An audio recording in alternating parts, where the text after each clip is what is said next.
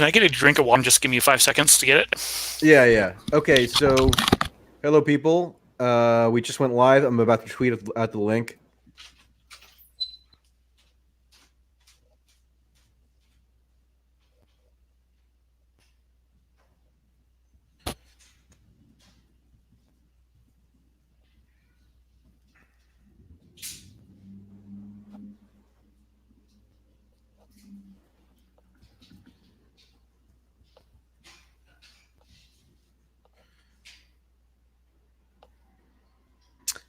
Yeah, so just give us a moment here. This is going to be one of the live streams where I actually tweet out the link, which I don't do all the time if it's just me rhapsodizing at the camera. But now that we have a special guest, I am in fact going to tweet out the link as he arrives back to his lair.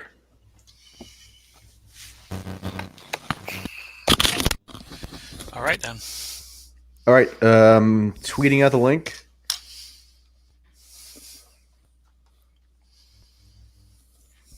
And you can retweet that if you want or not, doesn't matter. Okay, so people are going to be funneling in here. I guess we don't really have a predetermined agenda.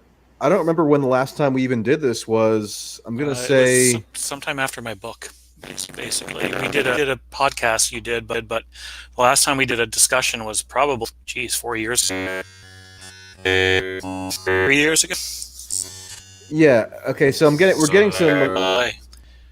getting some weird audio feedback. So I guess try not to move around too much.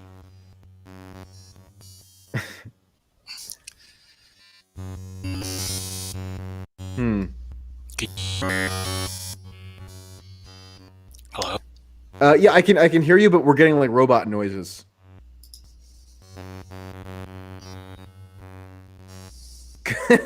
Maybe try unplugging your headphones and then plugging it back in. Seems to be working.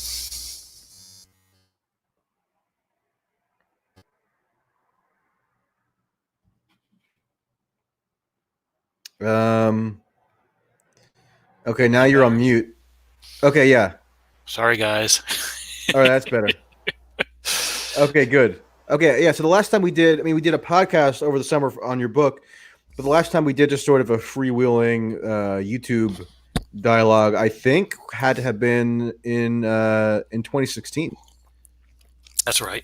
It was soon after the election, or maybe even early 2017. I don't remember if it was before the election or after, but I think you were in LA. So. No, I was still on the East Coast. If I'm not mistaken, it was on New Year's Eve or the day before New Year's Eve, 2016. Anyway, so you had something motivated you to want to do another one, which I guess makes sense given all that's happening. Just sort of explain what's going on in the market right now. Chaos. I mean, this is for any background for people who don't know. I mean, I worked on Wall Street for 20 years. I'm left in 2012, so I have some experience with the markets. My markets were bond trading, bonds and foreign exchange, not stocks. But what's going on is not good. It's unlike anything I've seen over my basically 30 years of following the market. It's chaotic. It's nobody knows what's going on. I can't really give anybody advice. Sadly, because I myself don't know what's going on. People don't know what's going on. What's happening is very simply, people are quarantined and they can't buy. They do things, and so the economy has grown to a halt, and rightfully so. Actually, I mean, this isn't the wrong thing to happen given the situation that's going on medically, and so for 100 years since this last time this has happened or whatever, we've operated on the principle that things don't just stop like that. They always stop for a reason that has something to do with something we can fix. overinvestment, too much greed, built up leverage in the banking system, too many people buying houses, too many people buying dumb stock. But that's not the case this time. It's just people are literally stuck in their houses and can't go out and can't work, can't buy. So it's what I call quarantine demand, and there's nothing you can do about it. I mean, it's like, of all people, the best person to summarize it has been Larry Summers, who I don't have a great fondness for, but he's not dumb necessarily about certain things. And he said, quite simply, that economic time has stopped, but financial time hasn't. Another way to think about that is, in a simple mind, that we can't earn a living anymore. A lot of people can't earn a living anymore. Their bills still are coming due. That's financial time. You have to pay your mortgage. You have to pay your electrical bill. You have to pay your your past due payments at Walmart. You put some stuff on layaway down at Big Lots. You got that's coming due. You're not going to get your check anymore, or you might have simply been laid off, because there's going to be a lot of layoffs because things are closing up. So it's going to. All right, stop. I can't hear you, Michael. Unplug your microphone or your headphones and plug it back in.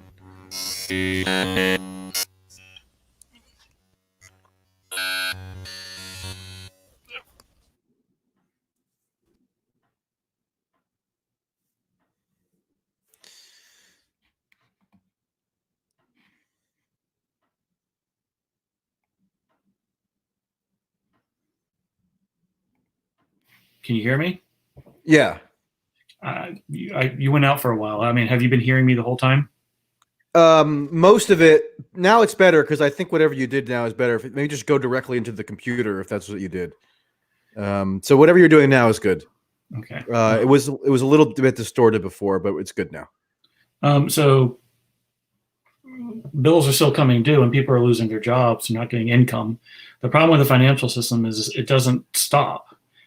There's no mechanism to stop bills coming. There's no mechanism to stop. Currently, you can do that, but it's not easy. So there's this mismatch. People are not making income, but they're having to pay bills. And so if it keeps on going like this, it's going to be a depression. I mean, it's not going to be. I don't think at this point we're going to have a recession. We're going to have a depression. That's going to make the amount of.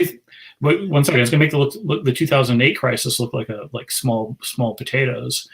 But one counterpoint that I've heard to that is that people are saying the 2008 crisis was a result of systemic issues within the world economy and the U.S. economy deriving from the mortgage-backed securities, and there was some kind of structural imbalance there that gave way when everything came to a head, whereas now you have this external force coming by way of the coronavirus, and it's halting economic activity, and it's forcing people to stay in their homes and whatever, but it's not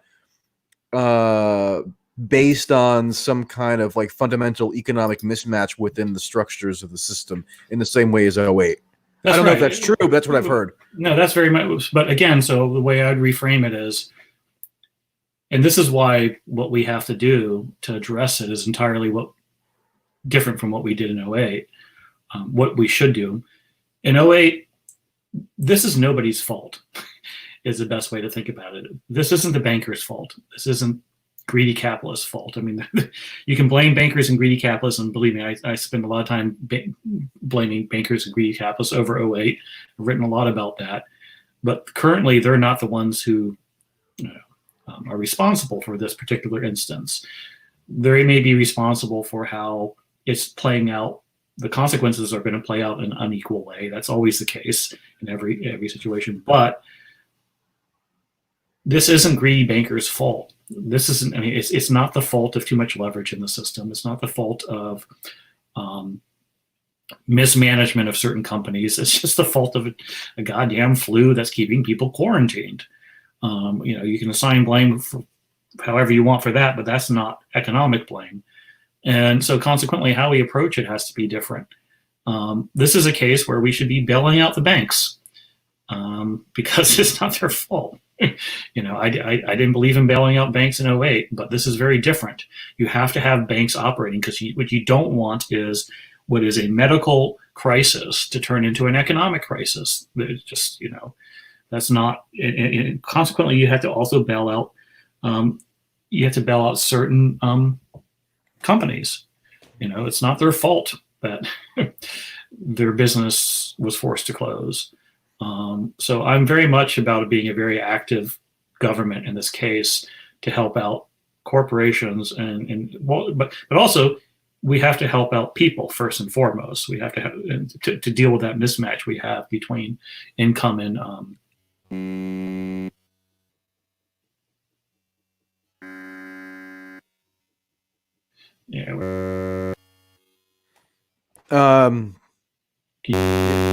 Your audio just got weird again.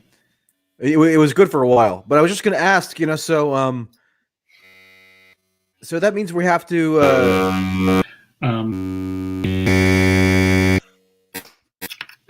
maybe just unplug everything and just like go directly into the computer speaker. Yeah. How's that? Yeah, that's better. Okay. So I don't know where I cut off. Yeah. So I was just going to ask, so like, so if we need strong government intervention now, which I'm obviously open to, that means we have to do stuff like bail out the cruise ship industry. Well, hold on a second. The first and foremost thing we need to do is bail out the consumer, bail out the average person, bail out the back row, bail out the person who lost their job at Big Lots, bail out the person who lost their job at McDonald's, bail out the bartender. Like I have an aunt who runs a restaurant in San Francisco, and they just put the entire Bay Area on lockdown, and her restaurant's going to go out of business. Right. And so the first thing we need to do, and I just tweeted this earlier today, is you have to have a two-pronged approach. One is to help everybody who are literally quarantined in their house and can't go out and work, but still have bills coming due. And so I really think you should just do a version of what Romney said, of all people. But he didn't go large enough, which is you just pay everybody $1,500. Every adult gets a check for $1,500 every month until this is over. Did he say 1,500 or 1,000? He said 1,000. I said 1,500. Okay. Tulsi has a resolution now for $1,000 monthly. Romney's proposal was just a one-time payment. My suggestion is 1,000. But I mean, if Trump is right and this is going to go until August, then we need a monthly payment. Right, and that's what I believe in. I believe in a monthly payment. $1,500 per month is my suggestion per adult, and $250 per child. That basically works out to roughly $350 billion a month. That's going to cost the government to run that. That's not Brian Williams math. That's real math. So, roughly speaking, wait, you mean Mike Bloomberg can't just give every American $1 million? That's right. Brian Williams. But $350 billion roughly a month is order of magnitude about what it would cost to give everybody $1,500. One of the things I've learned in Wall Street from my banking experience is you got to go big or you don't do anything. You go big or don't go home.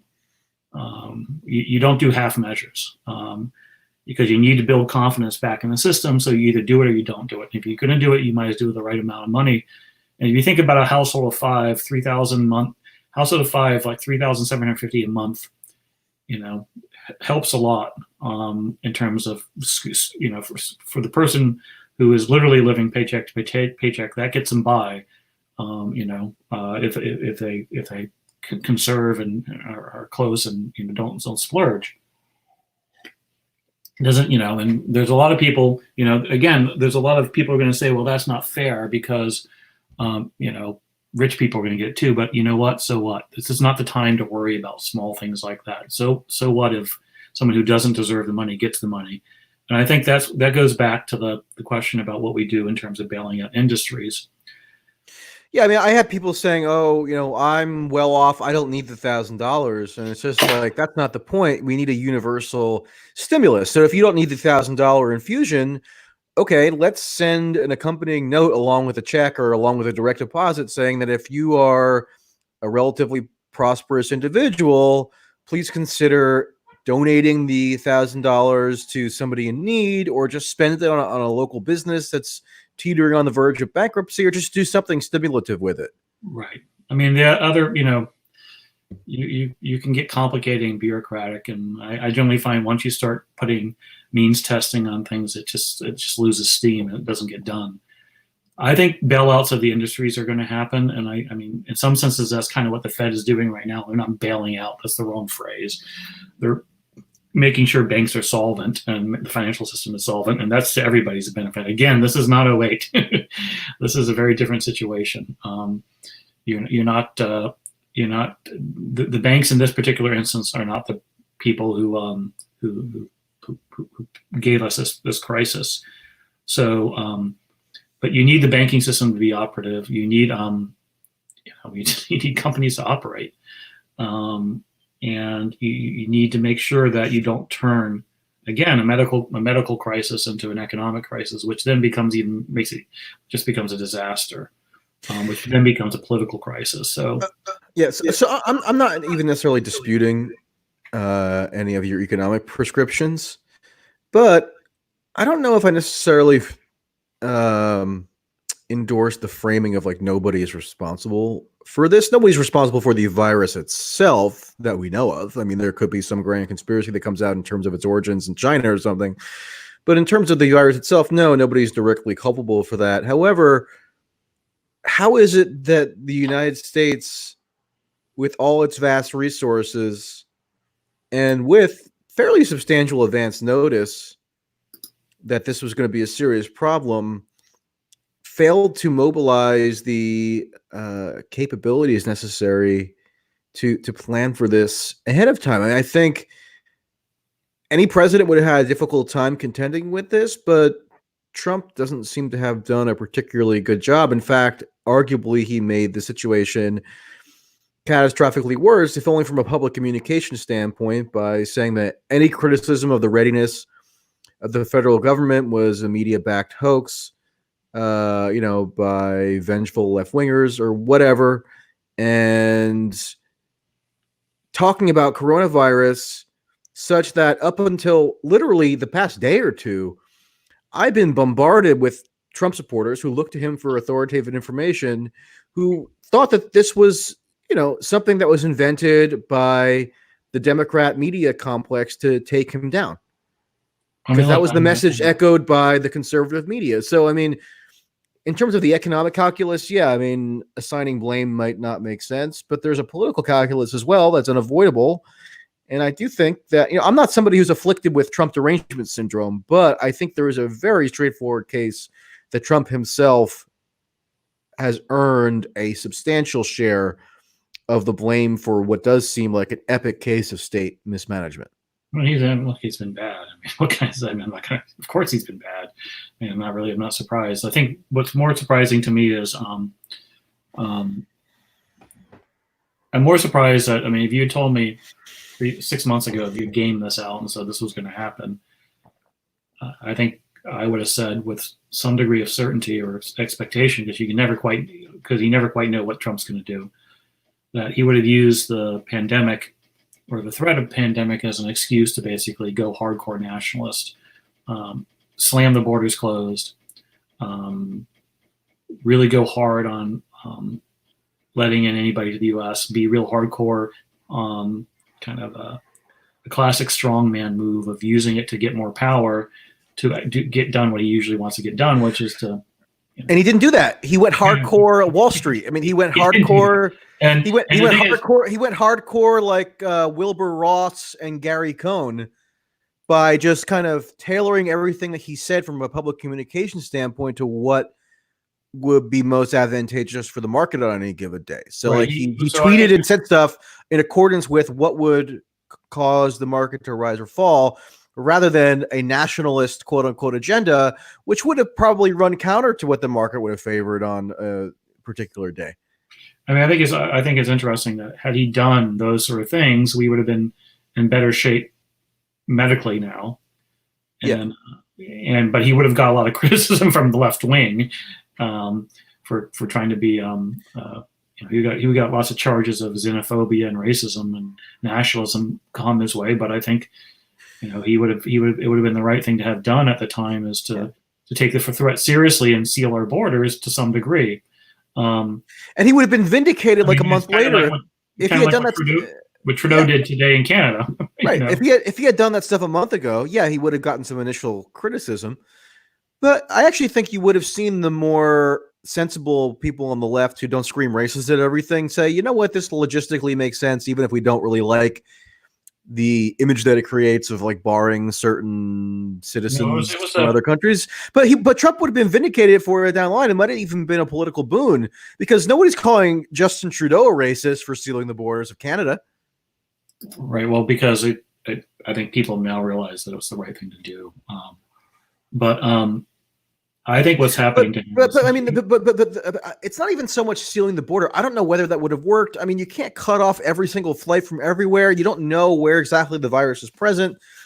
But I mean, that's one thing. But how did we not 6 weeks ago or 2 months ago really invest in production of even in the necessary medical supplies? Like my sister's a nurse, right, in New Jersey, and she's not dealing directly with the infected patients, but she's in the same facility as them. She's doing ancillary stuff in terms of managing the caseload because everybody now in the entire medical system has pretty much been funneled into handling this issue. Not everybody, but I mean, that's sort of like what the overriding objective of everybody in the system now is to figure out how to mitigate issues stemming from coronavirus. And so she's not dealing one-on-one with any of the infected patients, but she's in like their rough proximity and she can't get the masks that are required to, protect yourself from transmission. She's a nurse and she can't get the masks. So you're telling me Donald Trump 6 weeks ago couldn't have said, look, everybody, please pay attention. A crisis is looming. I need to request that the industrial capabilities of the United States economy mobilize toward producing some of these needed medical supplies and other resources so that we can have a chance to actually competently handle what's inevitably going to be coming. And that didn't happen. So who do you blame for that? Is it just like nobody's fault? Again, first of all, it's Trump's. I mean, I'm saying it's nobody's fault for the economic fallout that's coming. I don't say it's nobody's fault for the behavior of the politicians. Look, I'm not supporting Trump in terms of what he's done here at all. It's been a disaster. But the U.S. has been unprepared for a long time. I mean, I think one of the things that most people who travel internationally can tell you is, like when I land in Quito, when I go to Ecuador, you have to walk, in quote backward countries like Ecuador, you have to walk through basically an easy pass of have your temperature taken. Everybody does, and if you have a high temperature, they pull you aside and ask you questions. Sometimes they let you go if there's not something going on globally. That's true in Taipei. That's true in Jakarta. A lot of third world countries.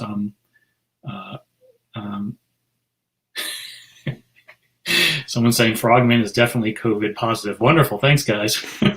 Every time I do one of these streams and I just do like a mild throat itching cough, I get flooded with accusations that I'm positive. I'm just curious why I'm COVID positive, according to who is it here?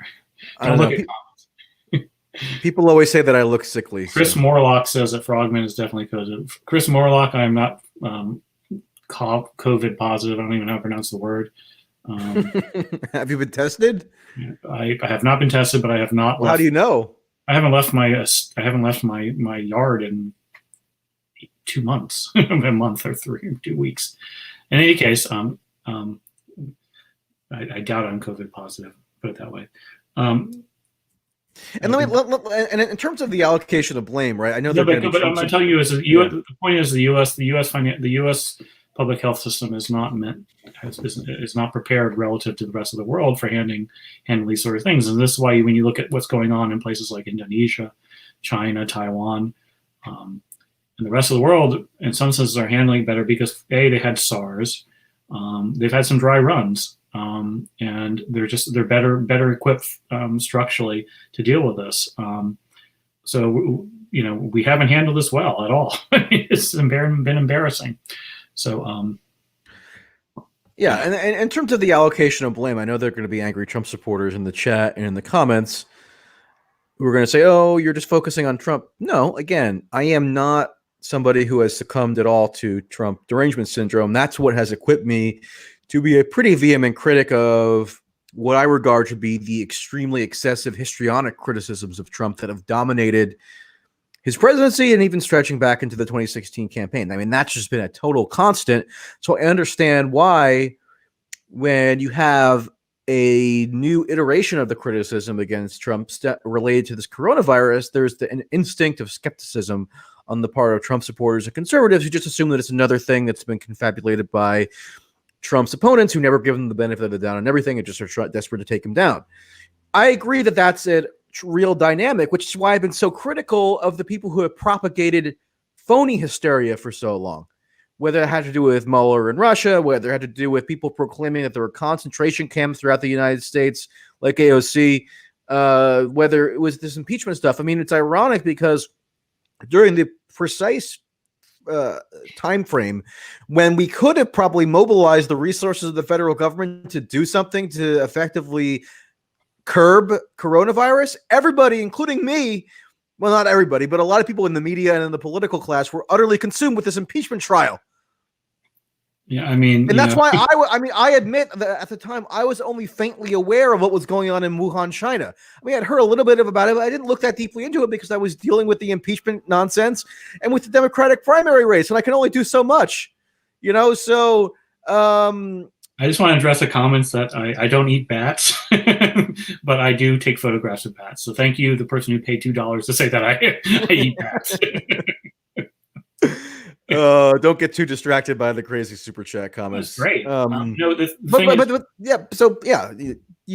my sort of perspective on that. Yeah, but I mean, I think you're trying to put a square peg into a round hole here. I mean, the U.S. has been unprepared for this because we live on effectively an island, and for a long time we haven't had to deal with this, and we have a lot of distance between us and the rest of the world that's protected us in some ways. And we're a relatively rich country, so we haven't had to deal with this. And now we do.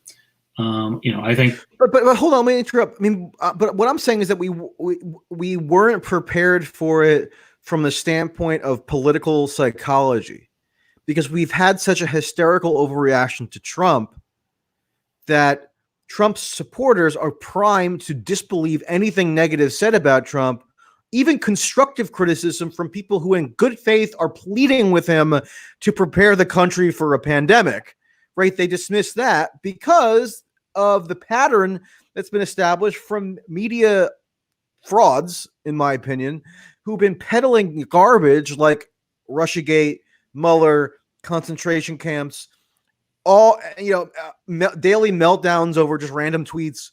So that does not create a political situation that's going to be conducive to a rational approach to something that is a legitimate issue like a pandemic.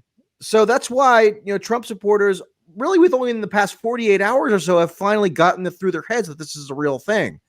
And so I am actually allocating some blame to the people who have caused such a toxic atmosphere in the American political psyche, such that we had no kind of collective ability to recognize the true threat of a pandemic. I mean, okay. Does that make sense? I guess so. I mean, I just don't think it's that big. I don't think it's in the scheme of what's caused what we should worry about right now. I'm not sure that's really up there on the list. But if you're saying that the political system is currently broken, and even if Trump had done the right thing, I don't think the Democrats would have been willing to have helped him do so. But I don't want to. I'm not using that to forgive how Trump has behaved. But no, I'm not either. I'm just saying, when allocating blame, obviously for a massive crisis like this, the blame's got to go in a variety of different directions. So it's got to go to Trump. And it's got to go. I love Chris Morlock. He's keeping me amused. Keep on going, Chris. I'm allowed to touch my face because I've been inside all day and I've made sure to keep up my hygiene, including by taking a shower and washing my hands frequently. So I'm comfortable touching my face. You can tell Chris that I only shower in the best bat urine I can find from my yard. Yeah.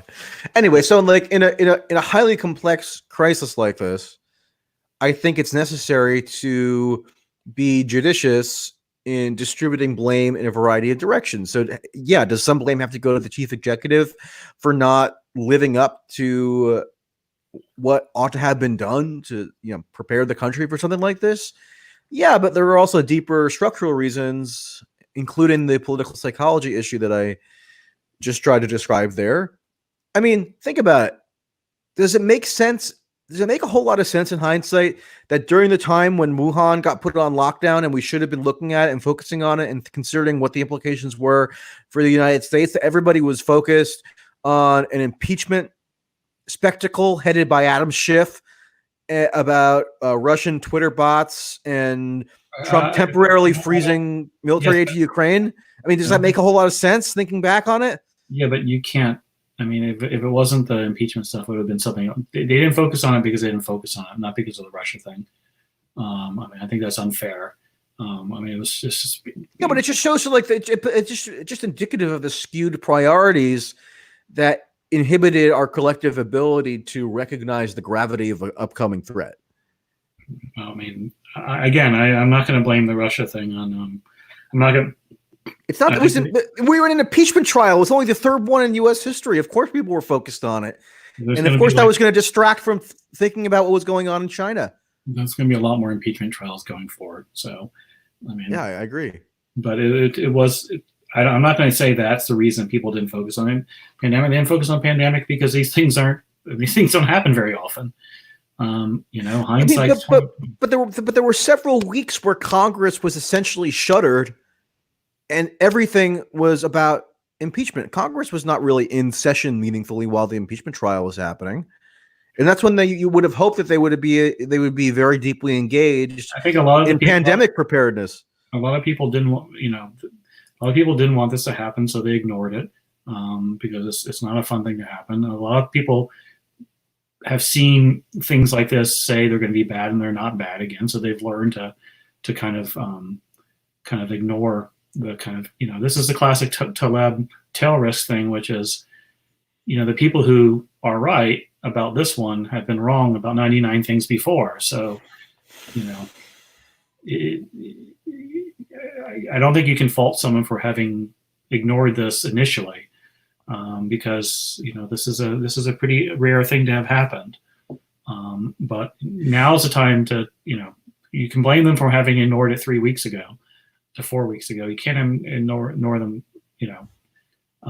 Once it got seriously, once it was serious in Wuhan, then you had to take it seriously. And but before that, it's easy to ignore these things. Can I ask you, like, when at what point did you start taking it seriously? Because, like I said, I was only peripherally aware of it in like mid to late January when it started really ramping up in Wuhan, partially because Matt Stoller was screaming about it and begging everybody to pay attention. And I generally think that he's on the mark in terms of his prognoses. So I took it seriously when I was hearing from him.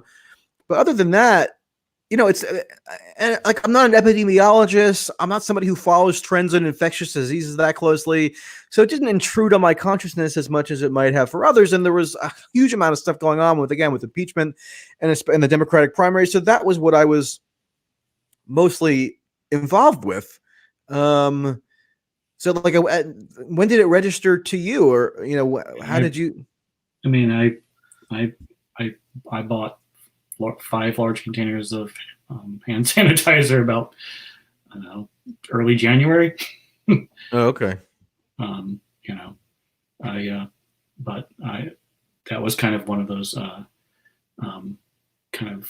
was in the Walmart and I had been following what was going on in China, and it looked bad, and I didn't trust the Chinese to necessarily to stop it, and so I just bought some, So for me, I guess, I don't even know what month it is now, man. Is it March? Yeah, it's March. Mid-January, maybe, when I started getting concerned about it. But I didn't think. I thought there'd be a little bit more competence on the side of the U.S. and I thought there'd be some more competence on the side of well, everybody. The World Health Organization has been incompetent. They've downplayed it. So. Yeah, I mean, somebody mentions in the chat that Zero Hedge was the first to report on this. Well, I mean, I don't know if they were the first, but like, it's true that if you're a regular reader of Zero Hedge, you were going to be better informed about this than if you're just sitting around consuming kind of like garden variety media. But again, Zero Hedge also has called 20 of the last, one recessions. Yeah. Zero Hedge gets a lot of shit wrong all the time. So this guy's paying $2 to say. Is he actually paying $2 to say, please stop eating the hand sanitizer? Because yeah. He's paying $2. He's giving me $2 in cash directly just to say that. That's the glory of YouTube. You should play pinball with that money, man.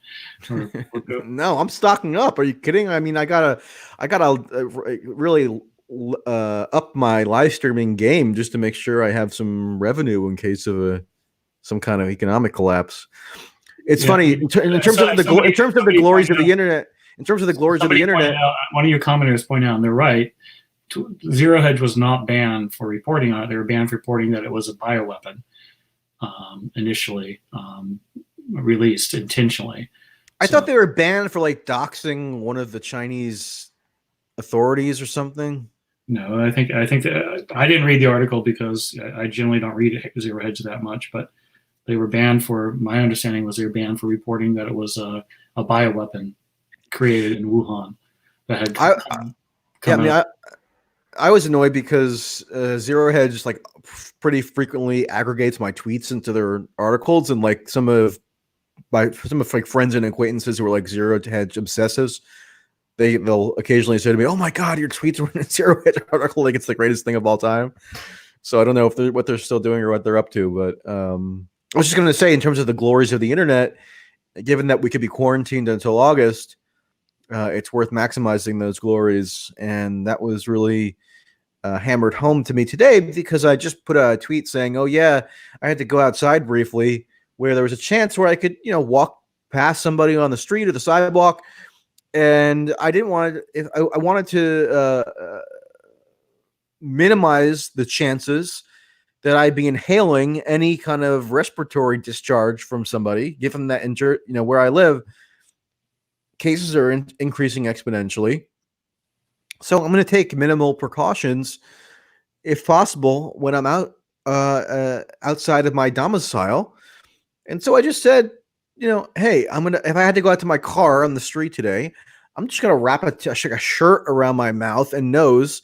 What else am I supposed to do? I don't think it's necessarily the most effective thing in the world, but like, what are my other options here? And then somebody got in touch with me. Actually, multiple people got in touch with me.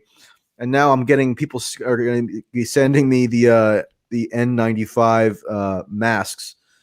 So I'm getting a supply of those coming in the mail, and that's due to the majesty of the internet. So I'm thankful for that. So do you want to talk about something other than bat flu? Yeah, I mean, I guess we could sort of tie into the Democratic primary stuff. I mean, you and I. Number one, they're having 4 primaries tomorrow still. I mean, Ohio's up in the air. I'm assuming Ohio is still going to be going on, even though the governor and the secretary of state want to postpone it. But it's unclear whether they actually have the authority to postpone it, given that the date of the primary is set by the legislature. And it's not as though the governor can unilaterally override that, even in the case of a public health emergency. So we'll see what happens with Ohio. But at least in the case of Florida, Illinois, and Arizona, that's all going forward. So it's possible that we're now going to be incubating even more coronavirus at the polling sites. But we'll leave that aside. I mean, you and I occasionally talk about like what the status of the Democratic primary race is. I was somebody who at various points made the case that Biden was stronger than people supposed. Even though I thought that Bernie had a real organizational advantage, which actually has been borne out by his relative success in the caucus states, especially Nevada, where he won a blowout victory. The problem for Bernie is that so many states that were caucuses in 2016 that he dominated against Hillary have since transitioned to primaries, which is why he won Idaho, for example, in an utter blowout in 2016, yet lost it to Joe Biden last week. Same thing with Washington State, right? So, but the dynamic that I think is interesting for our purposes, given it sort of thematically connects to a lot of what you've talked about, is that it's just amazing to me to think about how, if you live in the world of online political media, left-leaning media in particular, if you had surveyed everybody who works for online left-leaning media 6 months ago or a year ago, I would pretty confidently guess that not a single person who works in left-leaning online media, whether it's for a prestige outlet like the New York Times or the Atlantic, or even like a lesser kind of alt media outlet, not lesser, but like an alt media outlet, none of them, not one, I can't even fathom one individual, literally, who would have stated that Joe Biden was their preference for the Democratic nomination. Right? You would have had a lot of Warren people. You would have had Pete people.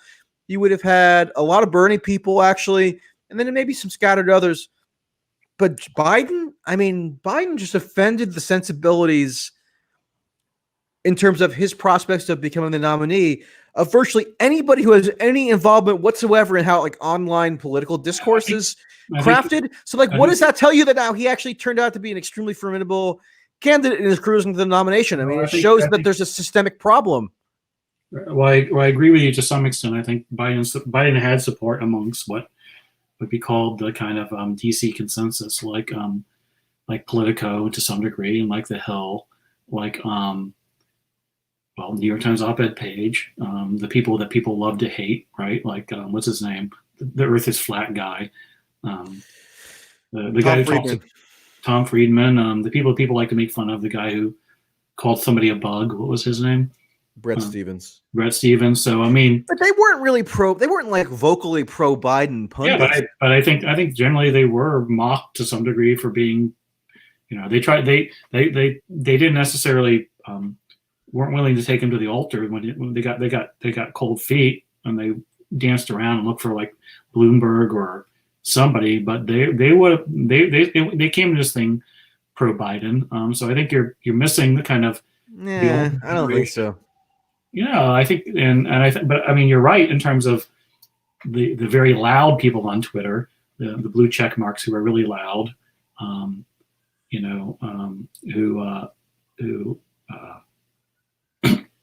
used to work at Gawker or worked at those sort of places.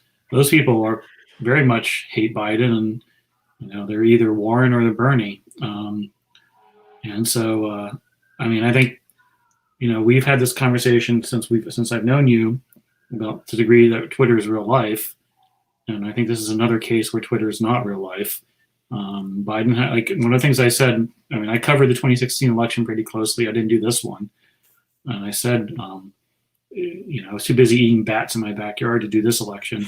But had I done this one, as I said to you, the place I would have gone is Georgetown, South Carolina, which is a half black, half white town, working class town in South Carolina. And I think what I would have found there, and I know I would have found a lot of Biden supporters. So this is a case where. But they wouldn't have been like ostentatious Biden supporters. There would have just been like, I guess I'll vote for Joe. That's the problem. Most people aren't ostentatious about their politics, except for assholes on Twitter. Most people just want to be fucking left alone to have their goddamn Big Mac and not worry about the elections and watch football. And whatever the fuck, and so it's just like this is where I get really annoyed. Twitter is not. I mean, me and you don't know politics. I mean, most people don't give a flying fuck about politics beyond something that every once in a while pops up to bitch about. So yeah, they wouldn't have talked about Biden, but they're going to vote for him. So Yeah, I mean, okay. So I momentarily thought for a while that Bernie had a chance because he had tapped into something, I bought the line to some degree that he had tapped into something. Certainly in 2016 he did, but this time he let his campaign get controlled by the Twitter mob. I think everybody in the Democratic candidacy, except for Biden and except for Klobuchar to some degree, let themselves get into an arms race by Twitter, by blue check mark, wanting approval from Twitter. Biden didn't. He didn't have it because of his style, because he doesn't care, because he's too old. He doesn't know how to use technology. Whatever the fucking reason was, he didn't care what was going on Twitter, and that helped him because he didn't care what, he didn't care that some guy on Twitter had decided that some Nigerian kid was actually working for, some Nigerian kid was a sock puppet account for Mayor Pete's, and and spent 2 days sending a mob to Nigerian kids, and chasing them off Twitter. And he didn't care about that. His people didn't care about. They ignored it like most normal people would. Well, I mean, we should state, because I know people in the chat are going to be noting this, that of course Tulsi did not give into those temptations either, but she's in a special category. We don't need to dwell on her. When I was watching the first two states' results, Iowa and New Hampshire, Bernie did get the most votes in both states, right? Although it doesn't really matter for the purposes of Iowa. Number one, because it's a caucus and you don't judge it by popular vote, you judge it by delegates. And Pete actually won the Iowa caucus by the universally accepted metric prior to 2020. And then in New Hampshire, Bernie did win a close victory over Pete. But if you actually examine where his support was coming from, it was pretty clear in those first two states that Bernie's share of the vote was eroding in the rural areas. That's why he won more votes in Iowa, but not as many delegates. Because the delegate system is based on regional allocation. And that, I thought, was, although Bernie was seeming to do well in these early states, that to me was a red flag. And I noted it right away. And sure enough, his support among rural voters, really black and white, has cratered everywhere, which culminated in him losing every county in Michigan last week, with the most drastic reductions coming in the rural counties that he dominated against Hillary. I always think about, there's always one memory of Bernie's campaign from 2016 that always sticks with me. And it reminds me, I have a picture of it somewhere. I don't know if I can post pictures on this thing.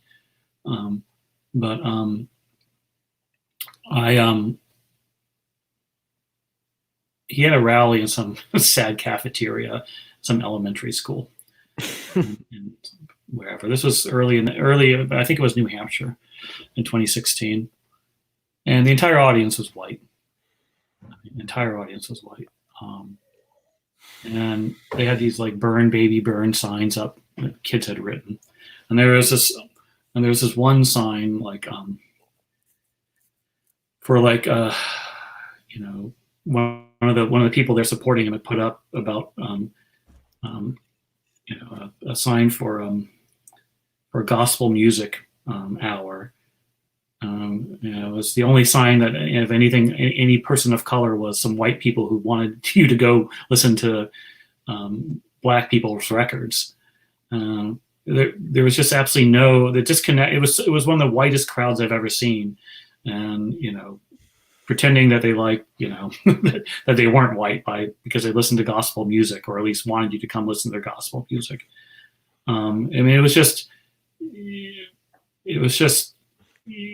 It was very much what it felt very much like what Warren's campaign felt like, which is a lot of very educated whites play acting liberalism, or play acting progressivism, cosplaying progressivism, using identity politics as a way to try to absolve their privilege, and recruiting the a small share of other educated minorities as part of their so-called outreach initiatives, Right. where And so you're making it seem as though you're doing outreach to blacks and Hispanics by bringing in a couple of people who are in like this like progressive nonprofit activist world and like adopting their jargon and saying, okay, we're reaching out to blacks and Hispanics now. Really?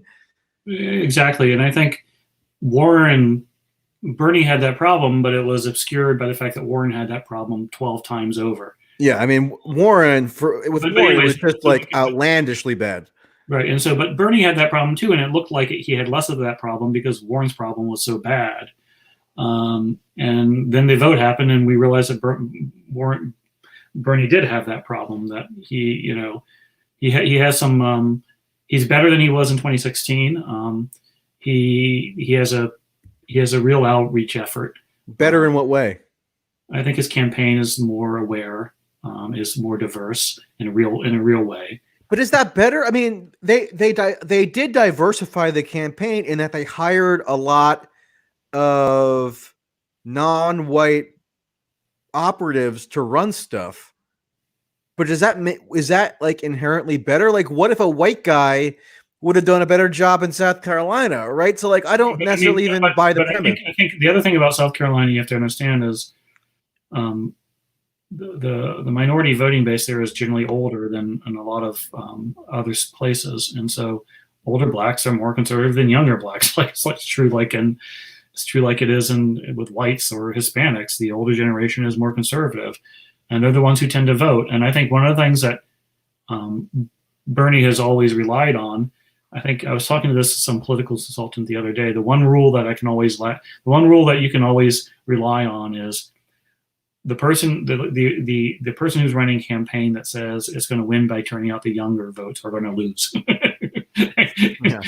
Yeah. That's just like John Kerry 2004 rock the vote. Remember that? But it's like my memory is I'll do the Simpsons episode of when Homer became a stoner, and he did the rally to overturn the medical marijuana thing. And he's telling everybody to get out and vote tomorrow. And it's like, well, man, the vote was yesterday. I mean, I guess like the exception is Obama 2008, right? Because he actually did turn out a pretty significant share of the so-called youth vote, but it was coupled with other constituencies that created a very formidable coalition, namely, black voters everywhere. And educated suburban whites. So it wasn't like just the youth vote; it was the youth vote as part of a broader coalition. And Bernie's had difficulty actually establishing a coalition of that scope to make him competitive. I think one of the things that the Democratic Party has to wake up to is that, or at least the progressive wing, is that. Minorities are not as progressive as white liberals want them to be. At least, certainly the ones who vote, or at least they're not as like culturally progressive. They have no familiarity with your little esoteric word games. They don't need to be called Latinx. I mean, they probably do agree with a lot of your economic agenda, but when you convey it in a way that is only intelligible to your fellow graduates of like Sarah Lawrence College, then of course that's not going to resonate with them. Yeah, I mean, it's not just the language though. It's and that's bad enough, but it's just again, it goes back to the Twitter thing. A lot of the working class is just not as active in politics as Brooklyn liberals would want them to be. One of the things that was hard for me to come to grips with after doing my book. I mean, there's a lot of things about my book that made me think about a lot of things. Is a reality that the politics a progressive, privileged, wealthy, educated white guy thinks that the people thinks should be the politics of the people I ended up spending 5 years with. It's not the politics they want. I mean, I actually think that, in a very cartoonish way, that if it comes down to the working class having a choice between socialism or fascism, or socialism light or fascism light, they're going to go with fascism light, and that's every part of the working class. They don't particularly like socialism. That's true of Hispanics, Latinos, African Americans. Socialism is not necessarily an easy sell within the working class community. And it's not just the cultural issues; it's the economic issues as well. And I'm not saying that as someone who's saying I want that to be the case. It's just telling you that pragmatically that's the case.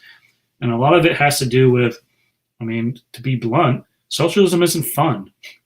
Bernie rallies are not fun. Warren rallies are not fun relative to like a Trump rally. Or whereas Trump rally, I had fun at Trump rally. It's just because it was like an insult comedy show. But regardless, and so Bernie did a lot to make his rallies a lot more entertaining, a lot more fun, make the whole movement more of an experience. And yeah, they had like big musical acts. It's just fun to go to a concert. To bring a sense of religion and revival into it, to bring drama into something, as opposed to, it's like I used to say, it's the difference between attending church in a cathedral versus attending church in a school cafeteria. No one wants to attend church in a school cafeteria with linoleum floors and fluorescent lights. But that's what a lot of left-wing politics feels like, is linoleum floors, and it's like being in a goddamn Alcohol Anonymous meeting in the basement of a church with like a sad array of sugar cookies, bad. And especially when you have to, especially with like younger activists who you have to walk on eggshells around because you might say the wrong thing and offend them, or insult their sense of identity in some way. Whereas that's not going to be as much of an issue in right-wing political gatherings, so people just don't care about that sort of thing. It's, again, it's the difference between walking onto a kind of blue collar, going into a blue collar bar where there are, you go to West Texas and go to like a Texas Roadhouse, or go to a Twin Peaks restaurant, or go to an Applebee's, and it's working class of every race and every age there, and they don't watch their words. They don't talk about politics, and they don't watch their words, and those people vote, and they don't really want Sanders coming in there talking about, he talks about healthcare, he's on fine footing. He talks about unions, he's on fine footing. He talks about inequality, he's on fine footing. He starts talking about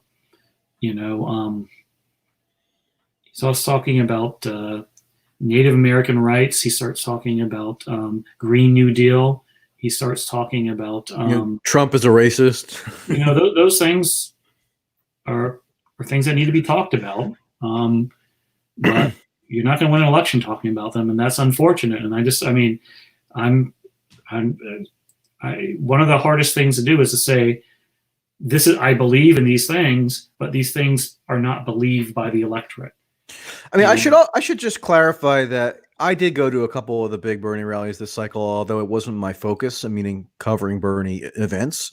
But I did go to some, and like, for example, the huge rally that he had in Queens with AOC, there was a enjoyable and enthusiastic vibe to it. Everybody was just super nice and happy, and there was something to be derived that was of value from just the sense of solidaristic affinity and kinship.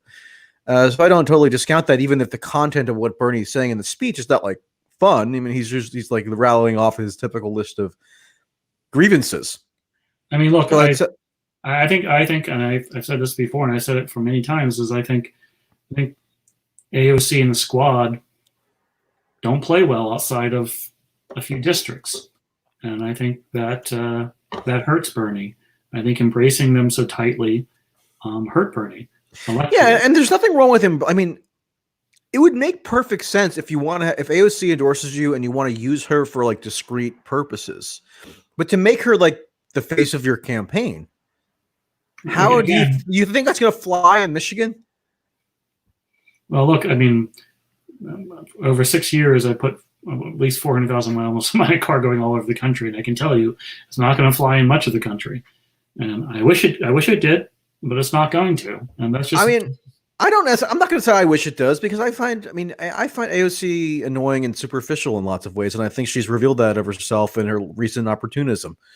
So I'm not going to be in this posture where, oh, I wish like the welder in Grand Rapids was more enthused with AOC. Like, no, I mean, I get why he wouldn't be. I'm not. So like, why should he be? Even if I agree with some of the stuff that she says, I happen to not agree with a lot of her politics either, but I'm just saying that to the people out there who do agree with her politics, and I understand where they're coming from, and I'm sympathetic to them, because it's nothing wrong with being idealistic. But the reality is, the country is not there, and I think they have to think about that in a hard way. And I do think, AOC has positioned herself partly because the GOP has bashed her so much for this. And she's a highly educated person who's had a lot of education in her life, and has come through, has nominally lived in the Bronx, but most of her life has been in the suburbs. Yeah. To me, it was just so telling that AOC, from the moment she won her primary in the spring or summer of 2018, up until now, pretty much. I mean, she's been idolized by the liberal intelligentsia, like the left liberal intelligentsia, I would say. Yeah, she has right-wing trolls who hate her and like use her to get clicks and stuff and like outrage views. But we're talking about the liberals and the progressives. I mean, they love her. Whereas, I mean, it's just the contrast with Tulsi. I know, like, my focus on Tulsi is a little bit of a niche, but it is interesting how Tulsi is viewed as this horrible imposter by many of those people, who has this evil, sinister agenda, who doesn't get these glossy like magazine pieces or like Netflix documentaries. AOC is culturally a New York City intellectual, younger New York City intellectual. She is part of the intellectual is putting it a little charitably, but I mean, well educated. Intel Science Fair, all that stuff, an achiever, has to use my language, a bit of a front row in terms of how she's progressed through life. And I admire her for that. She's done well. That's not to criticize her for that, but culturally she's very familiar to somebody who writes, is a former Gawker writer or a young reporter at the New York Times, someone who's like under the age of 30 and has gone to Mount Holyoke or has gone to Vassar. Yeah, like, I mean, she would have been like one of your, maybe in your friend group in college or something. Right, exactly. And so I think, or Cornell or Syracuse or Princeton or Harvard. So she's familiar in that world. Not quite Princeton or Harvard. I mean, I'm not even saying that to be derogatory, but she's like, an upper tier liberal arts type. So again, like, Vassar or yeah, or Amherst. I mean, she went to Boston College. Yeah, so or Boston College. Or Boston University. Case, I think it was Boston University, actually. Anyways, the point being is, look at her election. Look at it district by district. Look at it. New York City well. Look at where she won her votes and where she didn't win her votes, and she won it basically in places like Astoria, which are and similarly, if you look at the DA race in Queens, was a similar case where this young, extremely progressive person who had an agenda that was emphasizing helping minorities, won the white parts of Queens and lost the minority parts of Queens. Yeah, she ran on like something that was pretty close to like prison abolition. So again, it's very it's really interesting to me that the minorities keep being the single biggest roadblock to the quote unquote progressive agenda that people in the professional class want to achieve. I mean, there's an interesting parallel to 2016, right? Because the Republican elites, who were initially very hostile to Trump and wary of his supporters, they were shown to have a massive disconnect in terms of what the average Republican voter who was voting for Trump wanted. I mean, these were not people who were driven by neoconservative foreign policy or cutting entitlements or any of that kind of stuff, which had been the guiding light of what the DC conservative elites had been pursuing for decades. And the DC elites claimed to speak on behalf of these voters, but really did not, as Trump demonstrated. And it's the same situation now with the Democrats, where these sort of overeducated left liberals would love it. I mean, it would be their absolute dream come true if they could actually legitimately be representing the interests of minority groups, but the minority groups never vote in the way that they want to, at least as a block. Yeah, you can sort of pry off some of the more well-educated minority groups who also went to your fancy liberal arts college on a scholarship. And younger. Yeah, but I mean, and younger, but it's like that only goes so far in terms of establishing electoral viability. I mean, I think the classic example of this is I look at the Queen's DA. Again, it's very niche to most people, but look at the Queen's race for district attorney, where it was, if you know Queens as well as a lot of, I mean, I know Queens pretty well. I mean, the places that the most progressive people won was basically the media district. You know, it's all the people who work in the media, online media industry, the New York Times, Wall Street Journal, who have been ejected into Astoria. And who learned about the race, like, probably through Twitter.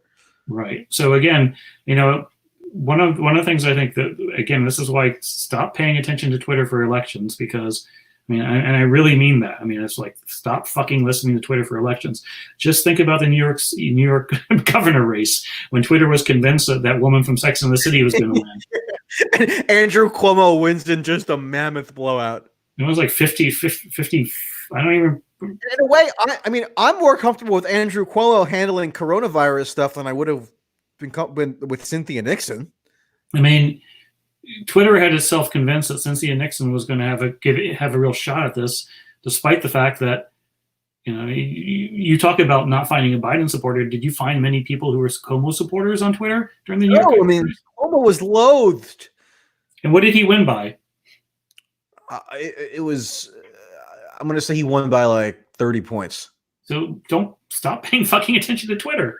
No, but this is, again, one of the running debates that we have. You have to pay attention to Twitter because it's a window into the elite sensibilities. Yes, I know, but they don't. You got to distinguish that from the sensibilities of the broader electorate, and the fact that there's such a discrepancy there. The fact that there's such a discrepancy there is itself very illuminating about how politics writ large operates. I'm going to pull out my analogy here, which is voting.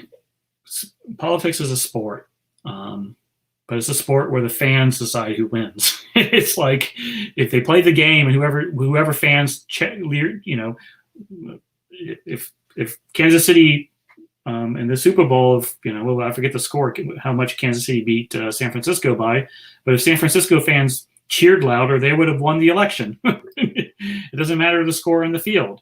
And people on Twitter are reporters, like it's like the Sunday football shows. They're the people on the, you know, NFL Network, you know, or at least the blue check marks are in the Sunday talk shows, you know, with Chris Todd or whatever his name. What's his name? The guy. Chuck Todd. What? Chuck Todd or whatever, man. Yeah. Like that bozo. Those guys are, you know, that's Terry Bradshaw, right? Or Chuck Todd really is a bozo. Like, I mean. Wait, hold on a second. Karl Rove is like Terry Bradshaw, you know, and Peggy Noonan is like, I don't know. But these people, and then Twitter is a Jets Bill's parking lot game day. It's like people who really care, you know, like, but most people don't follow the internet. Most people watch the Super Bowl, if that, maybe. And that's how most people follow politics. They don't watch the Sunday shows. They don't go to a Jets Bills parking lot to jump on a table. No, I mean, in terms of the Democratic primary race, I mean, I was in New Hampshire, right? And on the day of the primary, I was talking to a woman who was on her way to go vote, and she didn't even realize that it was a primary race. I mean, she just kind of thought, oh, we're voting for who we want to be president today. It didn't occur to her that it was a primary. She didn't know what a primary was relative to a general election. She just was going because she didn't like Trump and she wanted to vote against Trump. She didn't even know who she was going to vote for. So if you're looking at the expansion of the electorate in 2020 relative to 2016, it's just a lot of very politically disengaged people. To the extent that they are engaged or animated by politics, it's about hostility to Trump.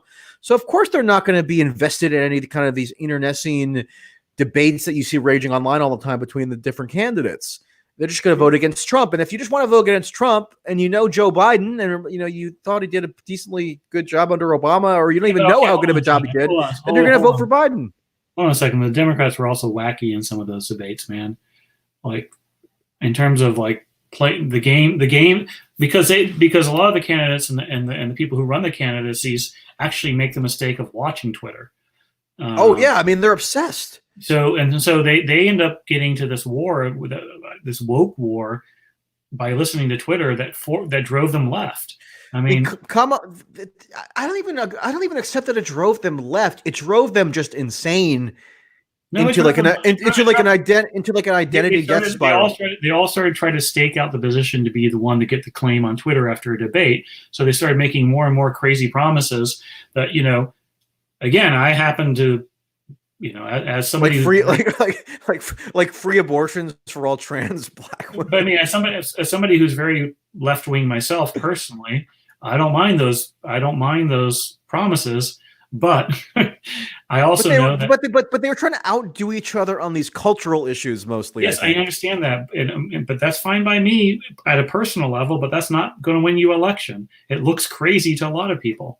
And but Twitter is real life for the people who are working in these presidential campaigns. That's why they get so warped and crazy, because they are obsessed with it. The New York Times, when Kamala Harris had dropped out, her staffers told the New York Times it was because they were so fixated on Twitter. Elizabeth Warren had 5 unionized staff members whose job was to monitor Twitter. Whoa. The lesson being learned, all you're simply saying is that people who run bad campaigns follow Twitter. Yeah. Whereas Joe Biden was just like eating ice cream and hanging out, and he wins. I mean, and he just says no malarkey, and then people love it and vote for him. I mean, you can run a campaign and follow Twitter and then ignore it. Or you can run a campaign and, like Trump does, and use Twitter to your advantage by using it to provoke people. So to be a good troll. But I mean, the point being is that all those people you mentioned who paid attention to Twitter ran failing campaigns. So I think I'll continue to say, stop paying attention for Twitter for politics. Don't even you have your nemesis on Twitter, just ignore them. They're idiots when it comes to like what their insight. They have no pool within Twitter, within politics. Well, I personally pay attention to it because I have a bifurcated analysis of what's going on in the country politically. Twitter is an insight into what the elites are talking about, at least the media elites, or a portion of them. So and then I separate that from what the rest of the country is talking about. And the contrast there is always illuminating. Okay, so someone just mentioned one of your commentators who are mostly. I love your commentators, by the way. You guys are hilarious in a genuine way. Someone mentioned corn pop. Okay. Wait, hold on a second. No, I know what you're going to say. What am I going to say? You're going to say that Biden's story about corn pop was like perfectly relatable to a lot of people and fine and not a big deal, and people mocked it and they showed that in mocking it, they showed their own bias and myopia. So, for instance, when the corn pop story came out, I said, "Yo, dudes," I said, "Hey guys, I actually believe this because I mean, I believed it. If you're going by the name Corn Pop, I know a lot worse street names, man." Yeah. I mean, there's a dealer I used to have called Mosquito, right? And there's another one called Escrow, and there's another one called Humble. There's another one called Foghorn Leghorn. Like. No, I mean, I don't. It's just a funny meme, right? Yes, I don't think people. I'm not sure people thought that Biden was making it up. He just related the story. Did they? Mean, they were making fun. But so it was. Here's a perfect example. It was intellectual, largely white, middle-aged people making fun, educated people making fun of Twitter, saying he made it up because Corn Pop's such a crazy name, who thought they knew.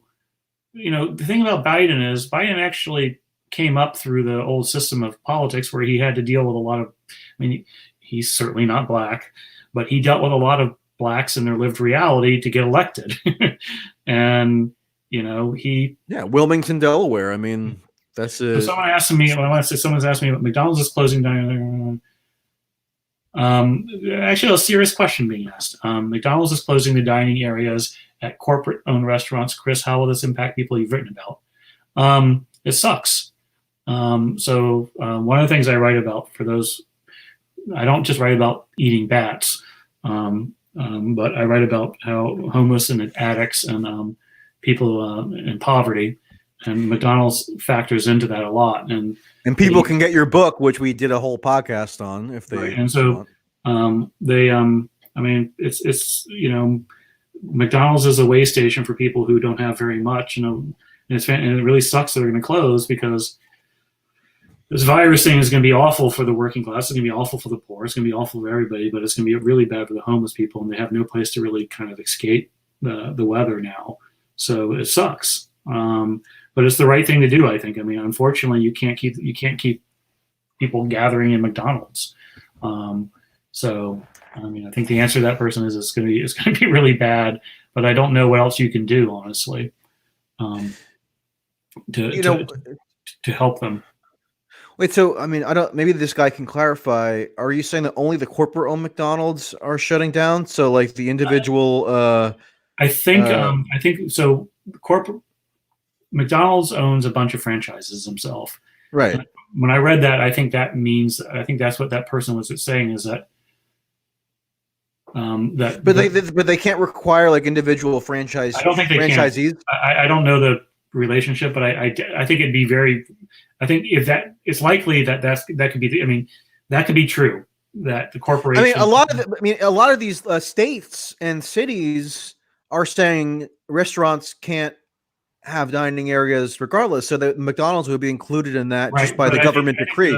A lot of them also just say you can't have more than 50 people, and McDonald's is usually 100 people. So, well, some are saying no restaurants can have dining access at all. Anyway, so I don't want to do misinformation on a podcast, but going back to Biden, I mean, the corn pop thing was, like I said, I said on Twitter, if you don't notice it, I actually, dudes, I mean, this is believable on me. No, it's believable to me too. I didn't disbelieve it. I just thought, and I thought, the way I thought, it's just the way that he told it, and it was a true story. Yeah, I'm sure he exaggerated here and there, as every politician does. But there was a guy named Corn Pop. Yeah, and he was a bad dude.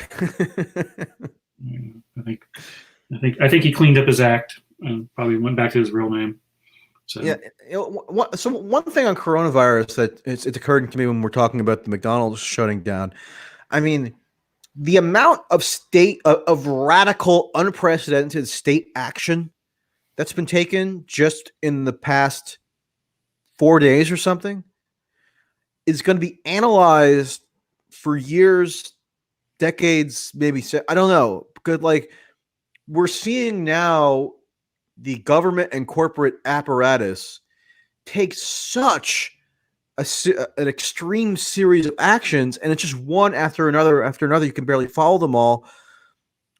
That it's just going to radically, I think, reorder how we think about society, and I mean, it's hard to process right now. I think it's crazy to try to forward think about what's going to happen going forward in terms of the impact of what we're going through right now, because we don't have any fucking clue what's going to happen. Anybody who says they have any, I mean, I'm sure Nate Silver is going to have a little meter.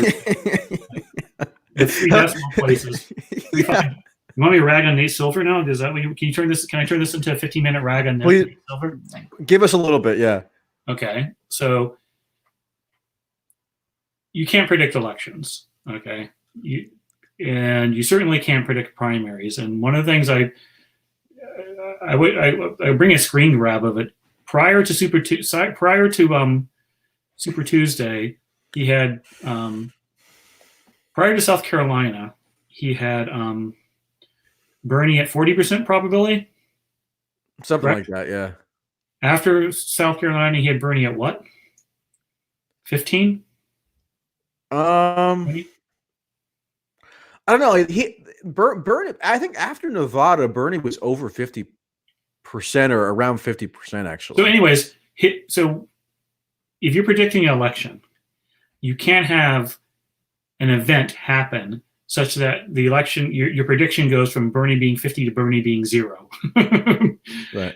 Then you haven't predicted it. That's not predicting an election. Part of your prediction is supposed to be knowing that was going to happen. So you can't have you can't have numbers jump around wildly and say, I'm predicting the election. Something else happened. That something else happened was known to be an event that you're supposed to be predicting. But he would say, I'm modeling probabilities, and there are always data inputs coming at the model. You're claiming that you're going to guess those. Your whole job is knowing those events that are coming and having a view of what they're going to be. That's what your prediction is. His prediction prior to Super Tuesday was supposed to incorporate his belief about what was happening on Super Tuesday, and when something different happened on Super Tuesday, that showed that he didn't know how to predict Super Tuesday. You can't predict elections. Like it's very similar, and so he'll come back. So, for instance, Nate Silver couldn't predict that Mayor Pete and Amy Klobuchar were going to drop out at a strategic moment, right, and endorse Biden. Elections are non-predictable events. I used for those people who are bothering. Not only do I eat bats, but I used to be a PhD in physics, and so you used to be, or you still are. I still are, but I don't care anymore.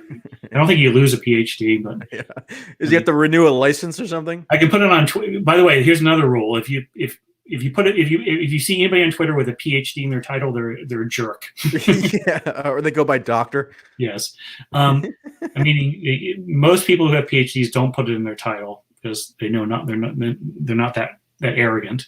But anyways, you can't predict elections. And if he had incorporated the fact that there's a lot of error in the system, and you wouldn't make any predictions. It's unknowable. And for him to say one day that Bernie has a 50% chance winning, and then the next day Biden has a 90% chance winning and Bernie is 0, that's a failure of his prediction. And his response will be football games. Well, look in the middle of a football game. It's different because that process is knowable.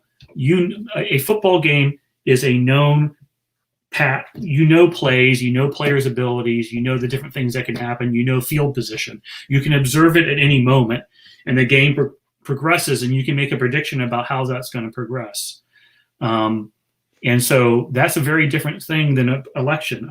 You can't observe people voting. People voting is a non-observable event.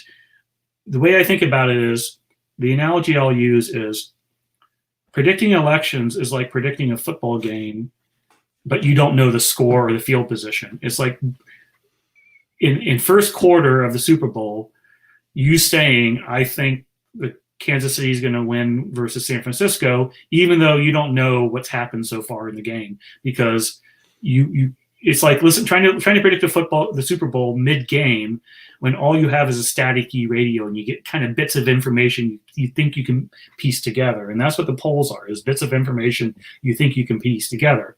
The polls are not the vote. It's the only model that exists where you're trying to predict something, where you don't observe the thing you're trying to predict.